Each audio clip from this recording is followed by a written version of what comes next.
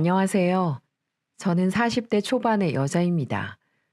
여러분, 믿는 도끼에 발등 찍힌다는 속담 들어보셨나요?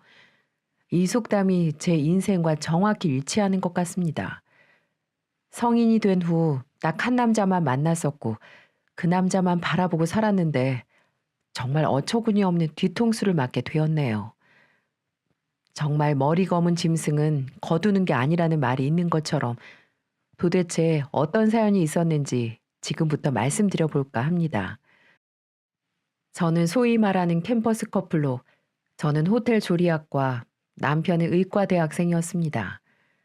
그때 당시에는 순수하고 착실하고 의사 꿈 하나만 바라보는 멋진 사람이었죠. 하지만 집안 형편이 어려워 비싼 등록금을 내기 위해서 학자금 대출, 편의점 알바, 과외들을 하면서 스스로 인생을 개척해 나가는 그런 사람이기도 했어요. 저는 그런 모습들을 보며 여자친구로서 뭐라도 도움이 되고 싶은 마음에 도시락을 싸주기도 하고 매일 밥을 거르기 일수인 그 사람에게 영양제를 챙겨주곤 했죠. 잠을 너무 줄여서 코피가 마를 날이 없었던 그는 본인의 피나는 노력 덕분에 의사 면허를 딸 수 있었고 그동안에 고생한 게 주마등처럼 스쳐갔는지 저를 안고 펑펑 울었던 모습이 생각이 납니다. 민정아, 오랫동안 옆에서 나 뒷바라지 해줘서 고맙고 기다려줘서 고마워. 내가 더 열심히 해서 앞으로 꼭 좋은 모습 보이도록 할게.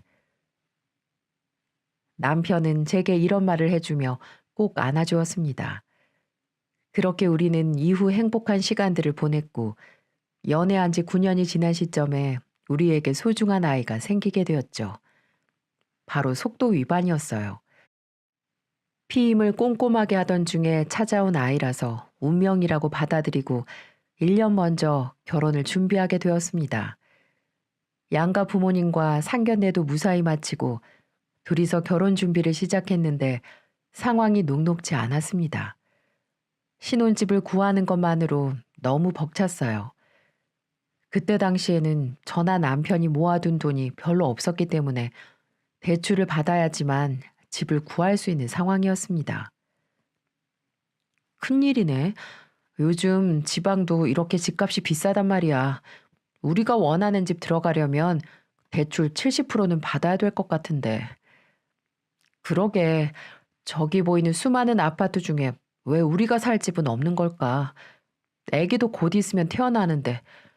그렇다고 부모님들께 손 벌릴 처지도 아니고. 이래서 사람들이 결혼을 안 하려고 하는구나. 에휴, 그런 게 어딨어. 우선 내가 더 알아볼 테니 걱정하지 마. 설마 우리 세 식구 살 곳이 없겠어? 나 의사라고. 당신 남편 그래도 사자 들어가는 멋진 놈이니까 나만 믿어.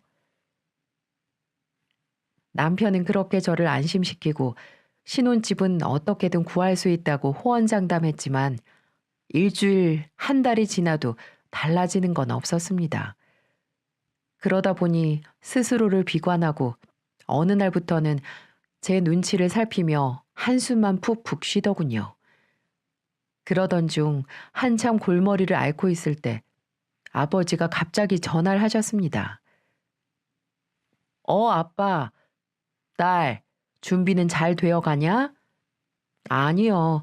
지방이라서 서울보다 집값이 많이 쌀 줄 알았는데 막상 보니까 그것도 아니야. 내가 여태 세상 물정 모르고 살았나 봐요. 남편 쪽에서도 사정이 안 좋다 보니 마찬가지고 요즘 그래서 좀 답답하네요. 원래 결혼이 이렇게 힘든 건가 싶고. 말하다 보니까 하소연해버렸네. 걱정 끼쳐서 미안해요, 아빠. 정 안 되면 작은 집이라도 구해서 살아야죠. 음, 아니다. 정 힘들면 이 아빠가 좀 도와줄까? 아니야. 아빠도 도배 일하면서 열심히 모은 돈인데 내가 어떻게 지금껏 이렇게 키워주신 것만으로도 감사해요. 그러니까 그 돈으로 엄마랑 편안한 노후 보내세요. 아버지. 전 이렇게 아빠의 마음을 처음에는 거절했습니다. 도배 일이라는 게 기술자이기도 하지만 워낙 힘든 게 아니거든요. 지금은 사람들을 데리고 다니면서 작업을 하고 계시지만 아침에 일찍 나가 고된 몸을 이끌고 집으로 돌아오는 아빠의 모습을 많이 보았기 때문에 저는 그 돈을 절대 받을 수 없었습니다. 하지만 부모님은 부모님이셨어요. 당신들 노후 준비는 다 준비해놨다면서 제게 3억이라는 큰 돈을 주셨어요. 이거 받아라. 아빠가 30년 동안 피땀 흘리면서 모아온 돈이야. 우리 하나밖에 없는 딸 시집 보내려고 따로 모아놨었다. 그러니까 부담 갖지 말고 받아. 어떻게 부모가 돼서 단칸방에서 신혼살림을 시킬 수 있겠니? 뭐 우리 때야 월세방, 단칸방, 창문도 없는 곳에서 시작했다지만 내 딸은 그렇게 만들고 싶지 않다. 그 대신 꼭 잘 사는 모습 보여주면 돼. 아빠. 울지 말어. 정 받기 뭐하거나 그냥 받기 싫으면 나중에 잘 살아서 갚든가. 그러면 되지 않니? 네, 아빠. 꼭 갚을게요. 꼭 열심히 살아서 금방 갚을게요. 아빠가 주신 3억이라는 돈, 저를 키워주면서 뼈 빠지게 일해서 번 돈이실 겁니다. 그래서 저는 아빠의 마음을 받아들이고 꼭 갚아드리겠다고 다짐을 했습니다. 저는 곧장 이 사실을 남편에게도 알렸어요. 그랬더니 곧장 병원 끝나고 찾아와서는 아빠에게 무릎을 꿇고 연신 감사하다며 고개를 조아리더군요. 아버님, 감사합니다. 제가 꼭 아버님, 어머님 호강시켜드리고 이 사람에게도 손에 물 한 방울 묻히지 않고 살 수 있도록 열심히 살게요. 이 은혜는 평생 잊지 않겠습니다. 이 사람이 거짓말은 어떻게 물 한 방울 묻히지 않고 살 텐가? 그래, 마음이라도 그렇게 써주니 고맙네. 자네도 알겠지만 우리 딸 외동딸로 키웠지만 오냐오냐 키우지 않았어. 그러니 며느리로서 아내로서 본분은 다 하고 살 거네. 그리고 그 돈은 다 자식들 위해서 쓰려고 버는 거야. 그러니 개의치 말고 우리한테 열심히 사는 모습 보이면 우리는 더 여한이 없네.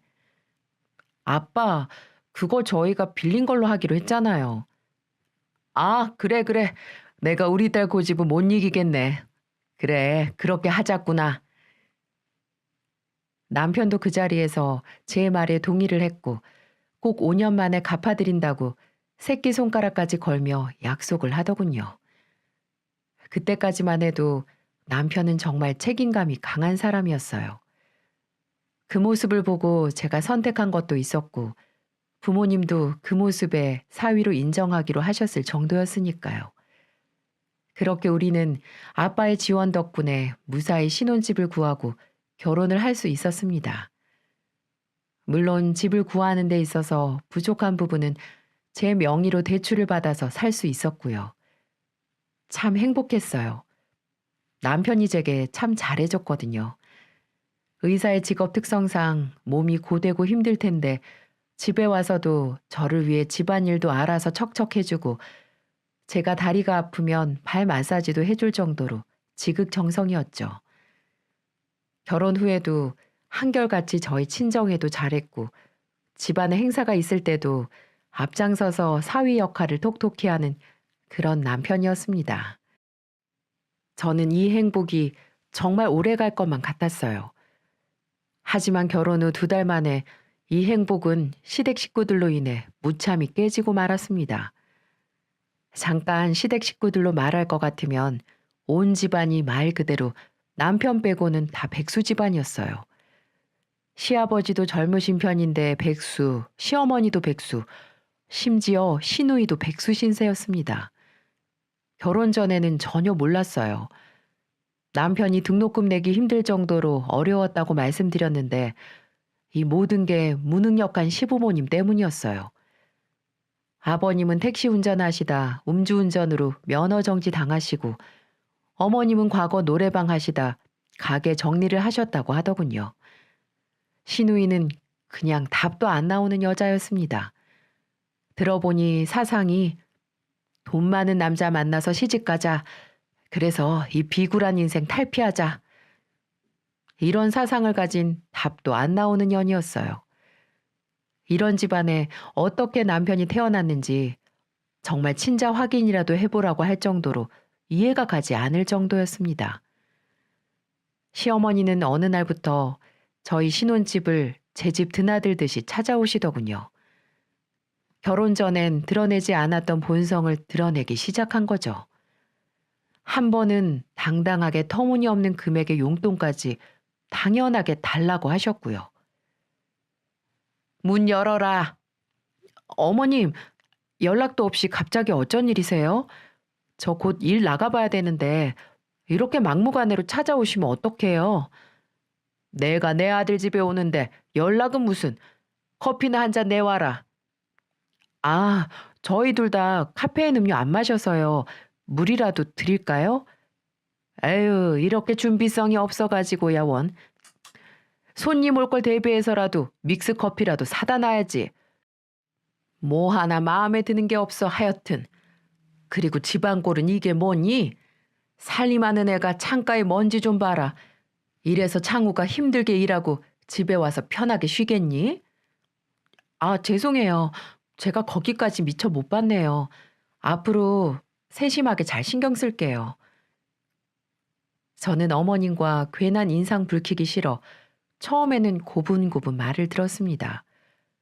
그런데 갑자기 저한테 보험을 몇 개 들라는 게 아니겠어요? 이미 필요한 보험들은 남편과 의논해서 들여놓은 상태였습니다. 어머님, 27만 원짜리요? 이 나이에 무슨 종신보험을 들라뇨? 이거 제가 죽어야 나오는 보험이잖아요. 아무리 어머님 친구분 부탁이라도 27만 원짜리 보험 드는 건 부담됩니다. 죄송해요. 그게 다 세상 살기 팍팍해서 그런 거 아니냐. 혹시라도 네가 잘못되면 우리 아들하고 태어날 손자가 어떻게 살라는 거냐? 원래 요즘 이 종신보험은 가족을 위해서 다 준비해 놓은 거야. 그러니까 하나 들어줘. 내 친구가 이번 달 영업 하나도 못했다고 난리가 아니구나. 어머니, 한 달에 27만 원 거기에 쓸 거면 우리 생활비에 보태는 게 차라리 낫죠.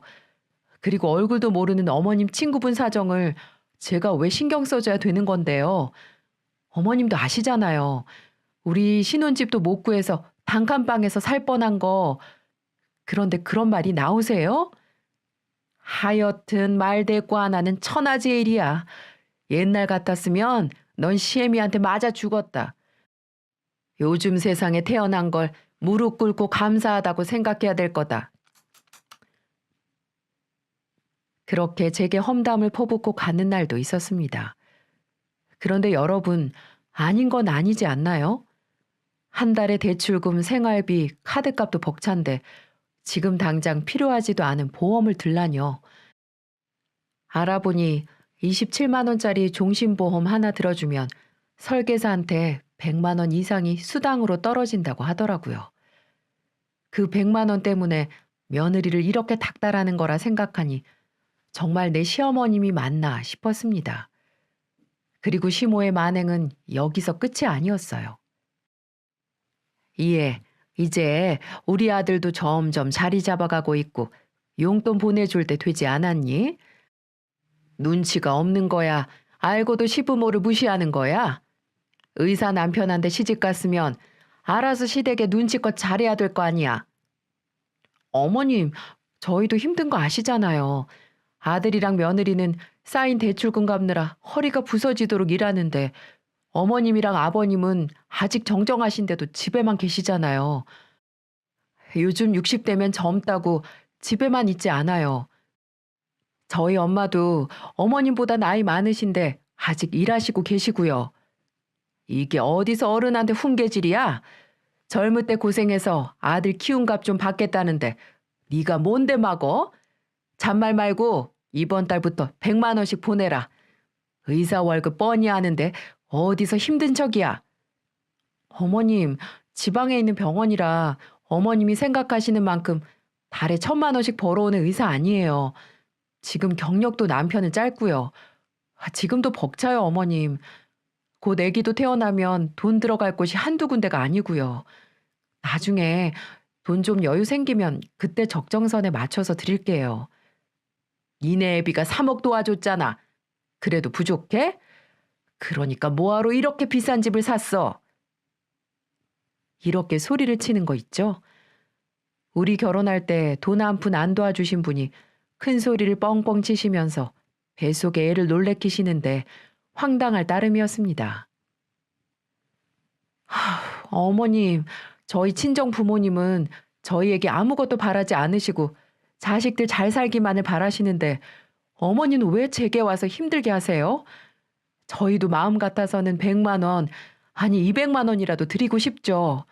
근데 형편이 안 되는 걸 어떡해요? 어머님이 이럴 때마다 저 정말 속상해요. 아유, 됐다. 역시 개념 없는 거는 지혜비 닮아서 그런지 한 번이라도 지려고 하질 않아. 그리고 우리가 살면 또 얼마나 산다고 100만 원이 아까워? 됐고, 잔말 말고 100만 원씩 보내. 어머님, 전 못 드린다고 분명 말씀드렸어요. 용돈 100만 원을 통보하고 등을 보이는 시어머니를 향해 절대 안 된다고 소리쳤지만 들은 척도 안 하셨습니다. 정말 답답했어요. 다른 시어머님들은 며느리가 임신하면 같이 아기용품도 사러 다니고 아껴준다는데 우리 어머님은 도대체 왜 그러시는지 정말 스트레스가 이만저만이 아니었습니다. 그래서 퇴근하자마자 집에 와서 남편이랑 얘기를 나눴죠. 여보, 어머님이 오늘 갑자기 오시더니 매달 용돈 100만 원씩 붙여달라시네. 우리도 빠듯한데 어쩌지? 뭐? 엄마가 그랬어? 옛날부터 하여튼 양심이라는 건 없는 분이라니까. 나한테 딱히 해준 것도 없으면서 바라는 건 왜 이렇게 많은 거야 진짜. 됐어. 내가 직접 말할게. 당신은 신경 쓰지 마. 남편도 화가 많이 났는지 바로 시모한테 전화를 걸더군요. 의사 아들 전화가 그리 반가운지 옆에서도 목소리가 다 들릴 지경이었죠. 자랑스러운 우리 의사 아들 저녁은 먹었니? 엄마, 이 사람한테 용돈 달라고 했어? 걔가 그러디? 그래, 용돈 좀 달라고 했다. 100만 원이면 큰 액수도 아닌데 뭐 너한테까지 말했다니? 나 공부할 때랑 우리 결혼할 때 해준 것도 없으면 염치라도 있어야지. 어떻게 우리 상황 뻔히 알면서 그런 걸 요구해? 이게 낳아주고 키워준 은혜도 모르고 너는 혼자 태어났니? 혼자 자랐어? 어디 부모한테 막대해. 너 의사 된 것도 다 아버지 덕인 거 몰라? 똑똑한 머리 타고났으면 감사합니다 하고 200만 원씩 턱턱 줘도 모자를 망정해. 뭐 하는 거야? 그래요. 낳아준 거 감사하죠. 하지만 자식한테 뭐라도 뽑아 먹으려고 하는 거 정말 지칩니다. 그 키워준 값이라는 용돈은 30만 원 붙일 테니까 그런 줄 아세요. 뭐? 30만 원을 누구 코에 붙이라고? 예, 창우야. 남편은 그렇게 말하며 전화를 끊었습니다. 근데 저는 남편에게도 어이가 없었어요. 저랑 한마디도 상의 없이 30만 원씩 붙여준다뇨. 지금 가계부 정리하는 게 누군데 마음대로 용돈을 붙여준다는 건지 정말 황당했습니다. 정말 한 푼이 아쉬운 상황이었거든요. 그리고 용돈으로 보답할 거면 뼈 빠지게 일해서 저희 도와주신 저희 아빠에게 드려야죠. 그래서 당당하게 말을 했습니다. 이왕 드릴 거면 같이 양가에 드리자고 말이죠. 여보, 우리끼리 용돈 드리는 거 상의 안 됐잖아. 우리 부모님까지 한 달에 60만 원 용돈으로 나가는 게 감당이 돼? 뭐? 너네 부모님은 왜 드려? 우리 엄마 아빠는 생활이 힘드시니까 드리는 거지. 장인 장모님은 아니잖아. 우리 집값 누가 보태줬는지 기억 안 나? 우리 부모님도 노후 대책 하실 돈 빠듯한데 우리 위에서 빌려주신 거라고. 이자도 없이 돈 빌린 거 생각하면 용돈도 친정에 같이 보내야지. 시댁에만 보낸다는 게 이게 말이 돼? 아무튼 나는 한쪽만 드리는 거 동의 못해. 아예 다 드리지 말던지 아니면 30만 원씩 60만 원 허리띠 졸라매서 드리던지. 야, 내가 더 많이 버는데 당연히 우리 부모님만 드리는 게 맞지. 말 안 하려고 했는데 너랑 나 월급 차이 좀 봐. 근데 어떻게 똑같이 하려고 해? 임신하고 점점 무거워지는 몸으로 일하는 사람한테 그게 할 소리야? 나 원래 개인 사업 준비하고 있었는데 임신하고 나서 당신이랑 행복한 가정 꾸리고 싶어서 잠시 내려놓은 거 잊었어? 아이랑 가정을 위해 내가 이렇게까지 노력하는데 당신은 하는 게 뭐야? 저는 남편의 말에 놀라지 않을 수가 없었습니다. 평소 그렇게 친정에 잘하고 착했던 남편이었는데 본인 집은 찢어질 정도로 가난하니까 용돈 드리고 우리 집은 부모님들이 일을 하시니 주지 말자는 소리에 처음으로 실망을 했습니다. 그래서 며칠 냉전의 시간을 가졌어요. 그랬더니 남편이 먼저 손을 내밀더군요. 여보, 미안해. 당신한테 그러면 안 됐는데. 나도 우리 집안이 무능력하고 짜증나서 그랬어. 우리 양가에 30만 원씩 드리자. 내가 조금 더 수술하고 노력할게. 그러면 문제 없을 거야. 남편은 이렇게 말을 하며 그날 저녁 하루 종일 제 기분을 풀어주려고 노력을 했습니다.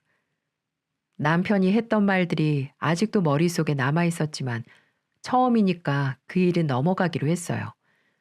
괜한 싸움으로 가정 분위기를 흐트리고 싶지 않았거든요. 하지만 남편에게는 단단히 부모님들에게 차별하지 말라고 말을 하고 마무리를 지을 수 있었습니다. 그 일이 있은 후 저는 소중한 아이를 출산하게 됐어요. 건강하고 예쁜 딸이었죠. 남편은 누구보다 사랑스럽게 딸을 안아주었고 양가 부모님들도 무척이나 기뻐해 주셨습니다. 그래서 앞으로는 시댁 부모님들도 더 이상 우리를 괴롭히지 않고 잘 살라고 응원해 주실 줄만 알았습니다. 아니, 그렇게 믿고 싶었죠. 하지만 그건 저만의 착각이었어요.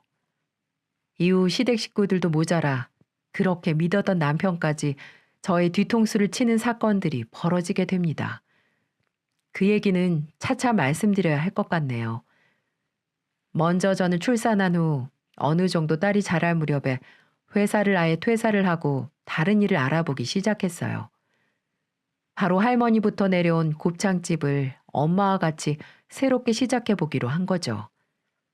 요즘 젊은 사람들 입맛에 맞게 소스도 개발하고 인터넷을 찾아 여러 가지 음식들로 혼합도 해보고 저는 그렇게 새로운 곱창을 만들기 위해 부단히 노력했어요. 할머니가 돌아가시고 엄마가 작게 곱창집을 운영하셨는데 처음 제가 시작했을 때는 하루에 8테이블도 받지 못하는 그런 가게였죠. 그건 바로 위치가 좋지 못했기 때문입니다. 시내와 약간 떨어진 곳에 있었기 때문에 사람들이 잘 찾아오지 못하는 한계가 있었어요. 그래서 저는 어느 정도 메뉴를 개발한 뒤 SNS와 인터넷, 인스타그램 광고에 우리 가게 곱창 음식들을 사진으로 올리기 시작했습니다. 최대한 맛있게 보이려고 전문 사진 작가를 불러 음식들을 찍어 올렸죠. 블로그 작가님들도 섭외해서 홍보도 많이 했고요. 그랬더니 제가 시작한 지 2년 만에 대박이 나기 시작했습니다. 그 2년 동안은 정말 힘들었어요. 음식이 맛도 없고 비린내 난다고 먹다가 나가는 사람도 있었고 광고에서 본 음식이랑 다르다고 환불을 요구하는 사람도 있었으니까요. 심지어는 여자 둘이 장사를 하다 보니 치근덕거리는 취객들도 있었고요. 하지만 엄마와 전 이것도 하나의 과정이라 생각하고 인내하면서 손님들 입맛에 맞게 음식을 내놓으려고 끊임없는 노력을 했죠. 그 덕분에 어느 정도 시간이 흐르니 입소문을 타서 퇴근 시간 되면 줄을 서서 기다려야 먹을 수 있는 대박 가게로 알려지기 시작했습니다. 엄마, 엄마, 이게 꿈이야, 생시야? 엄마, 내 볼 한번 꼬집어봐. 아직도 믿겨지지가 않아. 아이고, 꿈 아니야. 우리 딸 때문에 먼지 털털 나는 가게에 이렇게 문전성실 이룰 줄이야. 고맙다 고마워. 다 우리 딸이 인터넷에 홍보하고 광고하고 그런 덕분이야. 돌아가신 할머니가 얼마나 좋아하시겠니. 그러니까 엄마 우리 조금만 더 힘내서 아빠 도배일 그만하시게 하자. 이제 쉬실 때도 됐잖아. 아빠 힘들어하는 모습 더 이상은 보고 싶지 않아. 아이고 우리 딸. 엄마와 저는 하루하루를 감사하며 이럴 때 더 열심히 하자고 몇 번이나 다짐을 했었죠. 그렇게 사업에 매진한 지 3년이 지나고 그동안 일하랴 육아하랴 피로가 많이 쌓였는지 몸살이 났던 어느 날 갑자기 시모가 저를 또 괴롭히기 시작하는 겁니다. 오전에 조금 쉬고 나가려는데 갑자기 시모한테 전화가 왔길래 어쩔 수 없이 받았습니다. 3년간 시모와에 있었던 불화통 터지는 일은 많았지만 그건 말씀 안 드릴게요. 여러분들이 다 예상하는 그 모습이었으니까요. 여보세요? 예, 너는 시모가 전화를 했는데 왜 죽어가는 목소리야? 이 CM이랑 통화하는 게 싫어 죽겠니? 아니요, 어머님. 제가 몸살 기운이 있나 봐요. 가게에서 밤 늦게까지 일해서 그런가 보네요. 요즘 애들은 몸이 약해서 탈이라니까. 일 조금 했다고 골골거리고 누워있긴 하고 말이야. 그것보다 너는 결혼한 지 몇 년째인데 시애미한테 선물 하나가 없니? 어머니, 생신 때마다 선물 챙겨드리는데 무슨 말씀이세요? 갖고 싶어 하시던 명품 스카프도 사드리고 매달 용돈도 드리고 얼마 전에는 구두도 사드렸잖아요. 그렇게 말씀하시면 서운하죠. 스카프 그거 값 얼마 되지도 않는 거 가지고 다름이 아니고 네 시애비 자동차나 한 대 사줘야겠다. 다시는 음주운전 안 하기로 약속했으니까 너네 자식들이 하나 좋은 걸로 사줬으면 한다. 그 정도는 해줄 수 있잖아. 네? 어떤 차 보고 계시는데요? 제네시스. 요즘 그 차가 핫하다면서. 너희 시애비 그 차 갖고 싶다고 자동차 영업소 매일같이 다니고 아주 난리가 아니다. 보니까 한 9천이면 사던데. 니네 시애비 노후 선물이라 생각하고 한 대 사주려무나. 창우한테 말하니까 너한테 전화해보라고 하더라고. 너 지금 어디냐? 네? 어머님, 제네시스라뇨. 그 차가 얼마나 비싼 건데요. 말이 국산차지 외제차나 다름 없다고요. 우리도 지금 그랜저 타고 다니는데요. 죄송해요. 저희도 그 차는 꿈에 그리던 차여서 부담돼서 못 들어드릴 것 같습니다. 아무튼 저 지금 일하러 나가야 해서 바빠요. 저는 모르겠으니까 나중에 창우 씨한테 얘기하세요. 그깟 식당 알바에서 몇 푼이나 번다고 유세야 유세가. 내가 의사 아들 뒀는데 그 차 하나 받질 못해? 너 창우가 벌어다 주는 돈으로 사치 부리는 거 아니야? 우리 아들이 열심히 번 돈 헤프게 쓰는 거 아니냐고. 집에서 돈이나 까먹는 돈벌레가. 그러니까 시부모들을 저렇게 무시하지? 휴, 아무리 그렇게 말씀하셔도 그런 사치품 저는 절대 못 해드려요. 저 나가봐야 해서 끊을게요. 끊기만 해봐라. 이게 어디 시엠이 무서운 줄도 모르고 어디서 버릇없게 전화를 끊는다 만다야? 필요하다고 하면 대출이라도 받아서 못할 망정. 뭐? 너네 둘 다 신용 좋으니까 대출 받아서 줄 수 있잖아. 그런데 절대 못 해줘?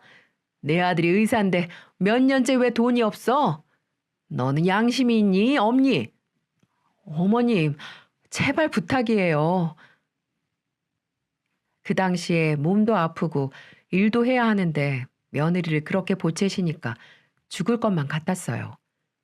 전화를 끊으니 문자가 와서 당장 쫓아간다느니 나쁜 년, 독한 년, 천하의 먼 년 그러시며 욕을 해대시는데 도대체 내가 뭘 잘못했다고 그러는지 이해가 안 갔습니다. 그렇게 저는 아픈 몸으로 가게에 나갔다 가게 문을 닫고 집에 오니까 남편이 두 눈을 부릅뜨고 뭐라고 하는 게 아니겠어요? 정말 남편까지 제 속을 뒤집어 놓는데 미치는 줄 알았습니다. 당신 엄마한테 뭐라고 말했길래 노발대발해? 전화는 왜 안 받고? 일하는데 계속 전화 와가지고 얼마나 난감했는 줄 알아? 자꾸 제네시스를 사달라고 억지 부리시는데 그럼 어떡해? 그냥 턱하니 사주고 우리는 몇 년 동안 손가락 쭉쭉 빨면서 살까? 그리고 나는 뭐 일 안 하나? 나는 의사고 당신은 고작 식당에서 음식만 조금 나르면 되는데 당신이랑 나랑 같아? 제발 박간이라는 사람한테 집안일까지 신경 쓰이게 하지 좀 마. 어머니한테 말도 좀 예쁘게 하고 엄마가 얼마나 서러웠으면 며느리 보고 없다고 나한테 하소연까지 하겠어. 나는 뭐 좋은 소리 들은 줄 알아? 나보고 당신이 벌어다 주는 돈 까먹는 돈벌레래. 내가 그런 소리 듣고도 좋은 소리가 나오겠어? 심지어는 나한테 욕으로 도배한 문자 보여줄까? 엄마가 욱해서 그랬겠지. 며느리가 시어머니한테 져주고 그렇게 할 수도 있는 거잖아. 제발 조용히 좀 살자. 안 그래도 병원 일 때문에 머리 아파 죽겠는데 당신까지 왜 그래? 노인네가 가지고 싶단 거 그냥 사줘. 시끄럽게 나한테까지 엄마 전화 오게 하지 말고. 당신 말대로 다 사들이다간 집안 살림 거덜나고 집도 팔아서 거리에 나앉게 생겼어. 나는 죽어도 그렇게 못하니까 당신이 알아서 어머님께 말씀드리던지 해. 시어머니도 시어머니였지만 저한테만 다 떠넘기고 제가 다 잘못한 듯 말하는 남편의 태도가 제일 실망이었습니다. 결혼 전까지는 저를 지켜주고 무조건 제 편일 것만 같았던 사람이었거든요. 그리고 저는 남편에게도 제가 일하는 식당이 대박이 났다, 문전성시를 이룬다 말하지 않았습니다. 심심하면 그 조그만 가게에서 얼마나 번다고 일하냐며 여자가 집에서 살림이나 하라고 말끝마다 무시를 했거든요. 어차피 엄마와 같이 공동사장이라고 하면 시모가 돈 뜯어낼 궁리만 할 건 당연했고 남편에게 말하면 곧 시모의 귀에 들어가는 건 시간 문제였으니까요. 그래서 계속 식당 종업원인 척 했죠. 그런데 어느 날 남편이 충격적인 문자를 제게 보내오게 됐습니다. 아직도 그 사건만 생각하면 가슴이 철렁철렁해지는 것 같네요. 제게 문자가 와서는 의사 일을 때려치겠다는 겁니다. 기나긴 공부 기간을 거쳐서 힘들게 의사가 됐는데 이제 의사 된 지 몇 년이나 됐다고 때려친다뇨. 말로는 적성에 안 맞다, 몸이 안 좋다, 환자들 보는 것만으로 이제 구역질이 나온다 이렇게 말을 하는데 어느 누가 걱정을 안 하고 가만히 있을 수가 있겠습니까? 그런데 더 웃긴 건 저한테 문자를 보냈을 무렵 이미 남편은 2개월 전에 병원을 퇴사했다는 거였어요. 그럼 그동안 출근도 안 하고 저를 속이고 집을 나간 남편은 어디로 간 걸까요? 알고 보니 제 눈을 피해 만화방, PC방, 혼자 이곳저곳을 여행 다녔다는 겁니다. 무슨 애들도 아니고 만화방, PC방이라뇨. 물어보니 시간 때울 곳이 없어서 거기서 시간 때우려고 갔다는 거 있죠? 남편이 그동안 가져다 준 월급도 대출을 받아서 갖다 줬다고 하더군요. 그런데 너무 이 생활이 힘들고 지쳐서 이제야 말을 했다는 거예요. 여러분, 이게 말이 되나요? 다른 이유도 아니고 일을 하기 싫어서 그 좋은 직장을 때려쳤다니요. 남편 호주머니를 뒤져보니 정말로 PC방 계산서, 만화방 계산서들이 우르르 자켓에서 다 쏟아져 나오는 겁니다. 아니 인간아, 이 세상에서 자기가 하고 싶은 일만 하는 사람이 어딨어? 그리고 그런 일이 있었으면 마누라인 나하고 이혼해서 되지 않아? 당신 이 집의 가장이야. 그리고 혼자 사는 사람 아니라고. 나는 이 집 식모야, 파출부야. 당신 밥 해주는 사람이냐고. 아니, 내가 일 다니기 싫어서 그만뒀다는데 왜 당신이 난린데? 다른 일 알아보면 되잖아. 왜? 이제 내가 꼬박꼬박 벌어다 주는 돈 못 받으니까 열받아서 그런 거야? 당신이 날 돈 버는 기계로 생각했겠지. 됐고, 내 일은 내가 알아서 할 거니까 참견하지 마. 남자 일에 이래라 저래라 하지 말라고. 언제 저렇게 변해버린 걸까요? 남편은 더 이상 제가 알던 남편이 아니었습니다. 말로 다 표현을 못할 만큼 화가 나서 속에 천불이 났어요. 책임감도 없고 자상하지도 않고 목표도 없는 이 남자가 정말 제가 알던 그 열정 넘치던 사람이 맞나 싶었죠. 남편은 그 이후로 제게는 다른 일 알아본다고 했지만 6개월 동안 백수로 지냈습니다. 몸이 힘든 거는 힘들어서 못하겠다. 월급이 작은 곳은 고작 그거 받고 어떻게 일을 하냐. 매번 이런 식이었어요. 그럼 편의점에 가서 알바라도 뛰라고 해도 명색의 의사였는데 어떻게 천민들이 일하는 그런 곳에서 일을 하냐며 제 속을 뒤집어 놓는 날이 하루 이틀이 아니었어요. 딸이 옆에서 놀고 있는데도 술을 먹거나 안주를 시켜서 먹는 날이 대부분이었고 누워서 과자를 먹으며 과자 부스러기를 입에 다 묻혀서 자근자근 씹어 먹는데 어찌나 그런 모습이 꼴보기 싫던지요. 어떤 날은 주방에서 음식을 하고 있는데 제 딸이 글쎄 소주병을 들고 입에 대고 먹으려고 하는 거 있죠. 바로 본인의 아빠가 평소에 저런 모습을 보이니 딸이 아빠를 그대로 따라한 거였죠. 그래서 저는 그 경악할 광경을 보고 남편을 깨워 엄포를 놓았습니다. 이렇게 살다가는 애 교육에도 문제가 있을까 싶어 어쩔 수 없었죠. 당신 언제까지 이렇게 망나니처럼 살 건데 구하라는 일자리도 요즘은 알아보지도 않고 그리고 조금 전에 우리 딸이 어떤 행동을 보였는 줄 알아? 당신 따라서 소주병을 원샷 때리려고 하고 있더라. 이게 정상적인 가족의 모습이야? 지금부터 말하는데 한 번만 더 집에서 술 먹으면 바로 이 집에서 쫓겨날 줄 알아. 알았어? 남편의 마음도 제가 모르는 게 아니었어요. 본인도 잘하고 싶은데 마음처럼 되지 않은 거겠죠. 그런데 정도라는 게 있어야 되는 거 아닌가요?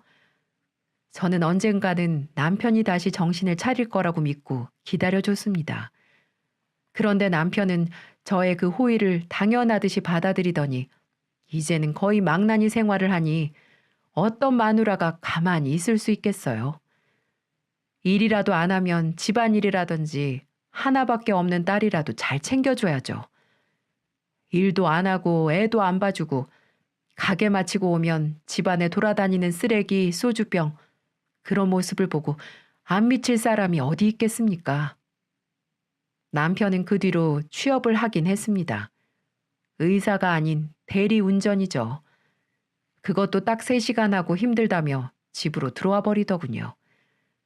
그리고 대리운전으로 버는 하루 4만 원으로 본인 술값에 썼고요.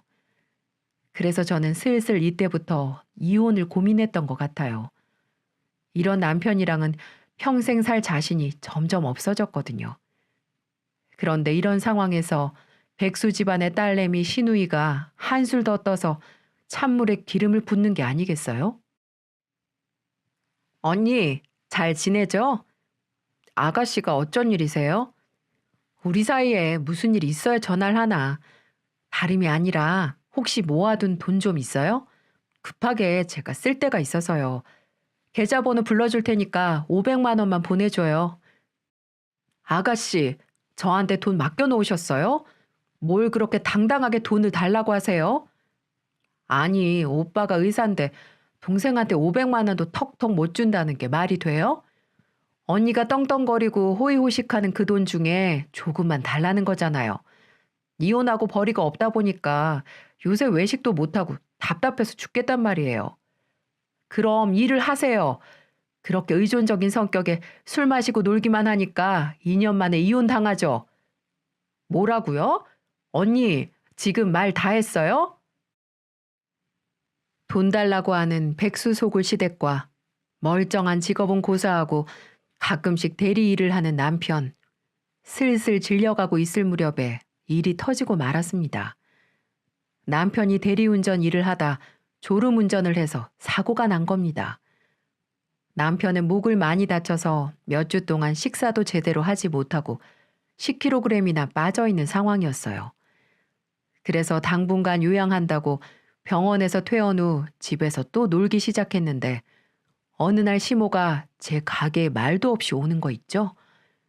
마침 그 시간에는 엄마가 시장에 장 보러 갔던 터라 둘이서 얘기를 할 수 있었습니다. 아, 어머니, 여긴 어쩐 일이세요? 너, 안 그래도 의사 일하느라 힘드네. 밥이라도 잘 챙겨줘야지. 식당 일하는 애가 정작 자기 남편 밥도 안 챙겨주고 뭐 했니? 우리 창우 살 빠진 몰골 보고 깜짝 놀랬다. 딱 보니 견적이 나왔습니다. 남편은 아직 본인이 의사일 관뒀다고는 얘기도 안 했고 몸이 안 좋아서 며칠 쉰다고 시모한테 말한 거였더군요. 그러면서 제가 아침밥이라든지 저녁밥을 안 차려줘서 살이 쭉 빠졌다고 얘기했다는 겁니다. 예, 너는 아픈 애한테 제대로 밥도 안 먹였니? 우리 애 살 빠진 것 좀 봐라. 너는 반대로 살이 포동포동 오른 게 아주 잘 먹고 다닌 것 같다. 남편이 이렇게 말랐는데 너는 목구멍으로 밥이 넘어가디? 이가 굶는다고 저까지 굶을 필요는 없잖아요, 어머니. 하여튼 그 말버릇은 그건 그렇고 나 당분간 니네 집에서 생활 좀 해야겠다. 네 시애비 성격 더러워서 못 살겠어. 허구한 날 술 먹고 행패질이야. 이 사람이 노망이 났는지 말길도 안 들어 처먹고 그래서 이혼하자고 말하고 내가 집을 나와버렸다. 와, 참 어쩜 이렇게 모자가 뻔뻔한 건 똑같을 수 있는지. 당신 부부들이 싸운 걸 가지고 왜 우리 집에 빈대 붙으려고 하는 걸까요? 저는 더는 숨기면 안 될 것 같아 당당하게 말씀을 드렸어요. 지금 제대로 말을 하지 않으면 제 인생이 지옥길을 걸을 것만 같았거든요. 어머님, 그이가 말 안 했나 봐요? 그 잘난 아들 백수된 지 6개월이 넘었습니다. 스스로 사표 내고 나와서 백수 망나니 생활한 지 반년이 지나가고 있다고요. 뭐? 그게 무슨 소리냐? 말 그대로 백수 건달이라고요. 어머님 그 잘난 아들요. 자기 손으로 의사 그만뒀는데 누구 탓을 하세요? 그때부터 진짜 김치만 먹였으면 벌써 저 사람 말라 죽었어요. 그런데 살 빠졌네 뭐네 왜 저한테 와서 따지시는 건데요? 그리고 우리 집에서 뭐 합가요? 남편 때문에도 제 머리가 아파 죽겠는데 제가 왜 어머니까지 모셔야 하는데요? 저는 그럴 수 없으니까 다른 데 알아보세요. 제 말에 시모는 화가 많이 났는지 곱창 손질한 걸 난장판으로 만들어버리는 거 있죠? 그러더니 제 머리채를 잡으려고 하는 겁니다. 바로 자신을 무시하고 남편에게 말을 함부로 했다는 이유에서요. 하지만 시모의 계획대로 일은 되지 않았습니다. 왜냐고요? 그 순간 시장에 장 보러 갔다 온 엄마가 그 현장을 딱 목격하고 말았거든요. 세상에 어떤 부모가 딸이 저렇게 말도 안 되는 걸로 당하고 있는데 가만히 있을 수가 있겠습니까? 엄마는 들고 있던 대파로 엄마의 면상을 갈겨버렸습니다. 그리고는 우렁차게 말씀하셨죠. 이 여편네야, 사부인이라고 네네 하며 불러주니까 아주 기어오르네 올라. 감히 어디 사돈집에 와서 행패야 행패가? 쥐뿔도 없는 집에 시집 보내서 신혼집 구해줘. 매달 용돈 줘. 선물 사줘. 이제는 백수 남편까지 보살펴줘. 이렇게까지 했는데 도대체 더 뭘 어떻게 하라는 소리야? 좋은 말로 할 때 꺼져. 다시는 찾아오지 말고. 이렇게 배은망덕한 집안에 더 이상 우리 딸 맡길 수 없으니까 그렇게 알아. 어서 꺼지지 못해? 정말 엄청난 엄마의 한방이었습니다. 얼마나 통쾌했는지 몰라요. 시모는 주위에서 사람들이 몰려오는 게 창피했는지 주랭랑을 치며 도망가기 바쁘더이다. 저는 그 후 곧바로 변호사를 선임해 이혼을 신청했습니다. 이놈의 인간이 말도 안 된 양육권, 재산 분할을 요구했거든요. 하지만 제가 잘못한 게 없는데 그놈의 뜻대로 될 수 있나요? 집은 제 명의였고 아빠가 빌려준 거나 마찬가지였으니 재산 분할할 것도 없었어요. 물론 양육권도 제가 가지고 오게 됐고요. 그리고 이혼 소송을 진행하면서 더 놀라운 사실을 알게 됐습니다. 남편은 제게 전부 거짓말을 그동안 한 거였어요. 병원에서 일이 적성에 맞지 않아 스스로 사표를 내고 왔다고 했는데 알고 보니 그게 아니었습니다. 바로 남편이 의료사고를 2번이나 쳐서 의사 면허 정지를 당해 쫓겨난 거였어요. 더 놀라운 사실은 병원에서 구상권을 청구하고 있다는 거였죠. 직원들과 낮술을 2잔 정도 먹고 수술실에 들어갔던 거였습니다. 병원에서 날라온 등기를 보고 제가 알게 됐죠. 금액을 보니 1억도 넘는 금액이었어요. 이혼 전에 이 사실을 알았다면 저는 지금 이렇게 사연도 보내지 못할 수도 있었을 겁니다. 그놈 그 돈 막아주느라 정신이 없었겠죠. 정말 천당과 지옥을 번갈아 가는 기분이었어요.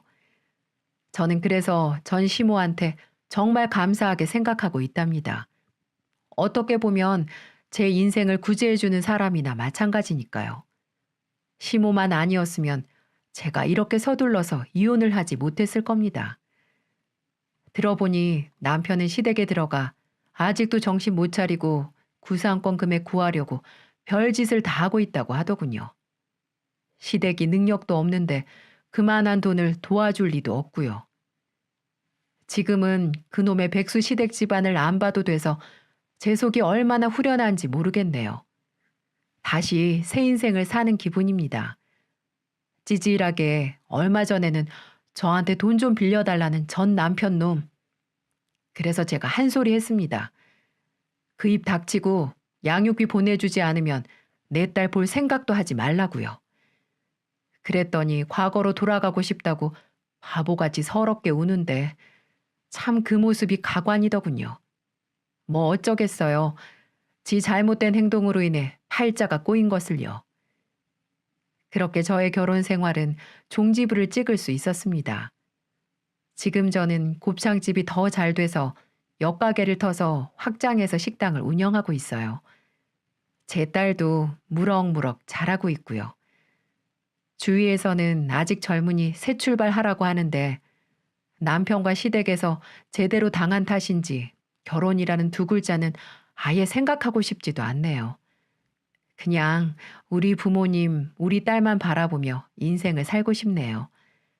맛을 보고 나야 진정한 단맛을 알 수 있다는 속담처럼 제 앞날에는 달콤한 일만 가득했으면 좋겠습니다.